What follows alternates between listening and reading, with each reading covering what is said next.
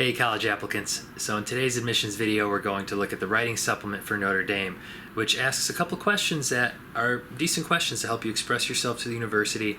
And through watching this video, even if you're not only applying to Notre Dame, the tips I provide will be applicable to other colleges. So let's get right into it. I'm in the writing supplement under questions for the University of Notre Dame. Your responses will be read by Notre Dame admissions staff as we seek to learn more about you. We encourage you to use personal examples, anecdotes, or anything that helps differentiate you from your peers. So it's a nice fact that they're reminding you have to stand out. First question is, what excites you about attending Notre Dame? Required response, 150 to 200 words. Nice, that's great. A lot of colleges will want you to include school-specific facts, but not necessarily spell it out as bluntly as Notre Dame does. So it's nice that they want you to write what excites you about our school. Some schools have this as more of an implicit goal of a prompt. Obviously they want to hear about your opinion on the school, but maybe they don't say it as clearly as what excites you about our school. So do just that. Make sure it's exciting though, and if possible, even if you only have 150 to 200 words, write how you picture yourself as an actual student. Put yourself on campus, create a vivid story, and allow the reader to enjoy reading what you have to say. If you tell a little story about your day, that's an enjoyable read. And B, also see you as a student. If you write about how you're on campus, the reader can't help but actually see you there. It's like, think about the pink elephant. Or if I were to say, don't think about the pink elephant, even if I say don't, or if I say do, you're still thinking about it. So regardless, if you write about yourself as a student on campus, the reader is going to see you as an actual Notre Dame student, which after all is the goal of your piece of writing. First question is, Reverend Theodore M. Hesburgh, President Emeritus of the University of Notre Dame, served as a trusted advisor to U.S. presidents and popes. A champion for human rights, Father Hesburgh was one of the architects of the Civil Rights Act of 1964, which outlawed discrimination based on race, color, religion, sex, or national origin. Reflect on the current state of civil rights, the progress that has been made, or the problems still being faced today. I've known about him for a while. I think he has a lot of interesting things to say. Even if you're not very religious or dislike some things of the Catholic Church, I think Reverend Hesburgh is pretty level-headed. There's a very good NPR interview with Terry Gross interviewing Father Hesburgh, and I obviously I don't need to talk about my own religious views, but I think anybody from any religion could see the value in what he has to say and of his very practical approach to life for anybody. So he provides a nice base for this question. Still, it's too much to chew. It's too much to bite off to chew. Even if you could write a lot on this, you only have 200 words to answer a question that's very deep. Race, color, religion, sex, national origin. You want to reflect on the current state of civil rights, the progress that has been made, or the problems still being faced today. I wanted to answer this. I really want it. You only have 150 words.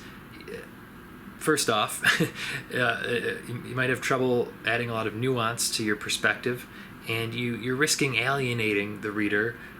Whether or not, even if you write something that's very reasonable, still, for whatever reason, you don't know what type of bias the reader has.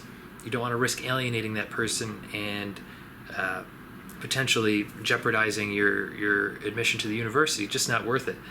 And also, unless you've really been affected by one of these issues, a civil rights issue, and I think most students really haven't, thankfully, just because of the world we live in, it's not really going to allow you, answering this question is not really going to allow you to express who you are to the reader, which is the goal of all your pieces of writing. Every piece of writing you create for the college admissions process, you want to show the reader who you are. And just because this question is on the state of civil rights and the progress that has been made and problems still being faced today, I find it very tough, especially in only 150 words, to tie your own background into this question. Next question, it's a lot simpler.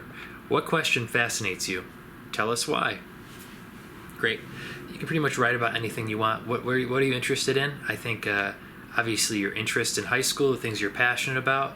Obviously tie into questions that fascinate you. So just like my advice for the personal statement, tell an interesting story and show the reader who you are and what you're interested in. It's that simple. I think this is open-ended. You probably have pieces of writing for high school or for other colleges that maybe with a little tweaking could fit in very well for this question. What question fascinates you? Tell us why. The third possible choice would be, what's broken and how would you fix it? I have a lot of students who are passionate about the environment, passionate about volunteering, the environment. I think you could discuss that here. What's broken and how would you fix it? And the way this is worded, how would you fix it? That's the approach you want to take. How would you fix it? Stay optimistic. Don't be too negative. I've said in other videos, if you have an issue you're passionate about, I'm sure you're so passionate, you could stress all the negative things that are going to happen, the state of affairs, things are really sad, people are dying, etc., etc. Play down the what's broken part, maybe a couple sentences, and then how would you fix it? That allows you to show that you're bringing the solution to problems, that you're optimistic, that you're not going to be grumbling and violently protesting on campus. Instead, you're going to be practically seeking solutions to problems with a smile on your face, informing people, and not giving up on what you're passionate about. So if you answer this question, what's broken and how would you fix it, emphasize the fix it element, and remember to stay positive. Next question. Blessed Basil Moreau, the founder of the Congregation of Holy Cross, described education as the art of helping young people to completeness. How are you incomplete? It's okay. All right question to answer, to be totally honest. I think reflection on your past, that's important in all of your college essays. Incomplete versus complete, I find that a little binary, and you'd have to spin that to this is something that you've been working on and you're continuing to work on. So for example, if say you have anxiety, you could mention that freshman year, this could even be used to explain poor grades. So listen up if that's you.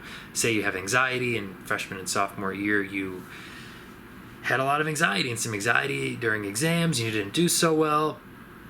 You could say that you were incomplete then, and since then, you've been meditating, you've been speaking to a psychologist, psychiatrist, and it's really become less of an issue. Generally speaking, with a lot of your college essays, you can open up. I want you to open up. It creates a connection with the reader. It shows that you're not perfect. Humility creates likability and, like I said, a connection between you and the reader. But you don't want to give the impression that whatever issue you're discussing is getting substantially worse, and that your panic attacks are increasing every day, and that by the time you enroll in college in a year, you're going to be in a tough place. You don't want to give that impression. You can open up, but again, just like what I mentioned with the previous question, you're positive, things are getting better. You're not perfect, but things are getting better. So I suppose you could tie what I just said, which is advice that you can use for your personal statement as well, into this question on the art of helping young people to completeness, in that you're incomplete in some area and you've gotten a lot better, and in college you're going to continue to be more complete. And here we go with the final potential prompt you can choose to answer for Notre Dame. Identify a recent Facebook post, tweet, text, Instagram photo, snap, blog post, or WeChat post of yours. What does it reveal about you and your digital footprint? Not too sure what WeChat is. Maybe I'm just getting older. Maybe Notre Dame is out of touch. I don't really know. But regardless of what post, what platform, what digital footprint platform you choose to highlight, you could really talk about whatever you want here. You don't necessarily need to comment on your digital footprint, other than my digital footprint shows that I like to volunteer a lot, and my friends were wondering why were you. This is just an idea. You want to take a creative approach to everything that you write here. So my friends were wondering, why was I in a picture with Shaquille O'Neal last Saturday on Instagram if I don't like basketball? Well, let me tell you, I'm passionate about feeding people who are hungry, and I was at an event, and guess who was there? The one and only basketball player, Shaquille O'Neal. So, real off the top of my head, maybe not the best example, but especially for this, you've got the ability to really paint a picture in the reader's mind, because you've got a photo, maybe some kind of a Facebook post. It could be visual. You could describe what the picture is. I think anything to make it a little bit more interesting for the reader to see you doing a certain activity, that's what you want to play up, not only in answering this prompt, but in all of your college essays. Make the reader enjoy reading what you have to write. I think a lot of students downplay or just forget the importance of readability and that real people are reading your essays. So again, this is a very broad final prompt here. Anything you posted, what's it reveal about you? Obviously you're posting it, so it's coming from you. It's something you care about, presumably, and you can pretty much take this any direction you'd really like. Just like a personal statement, you have an open-ended question to demonstrate to the reader who you are.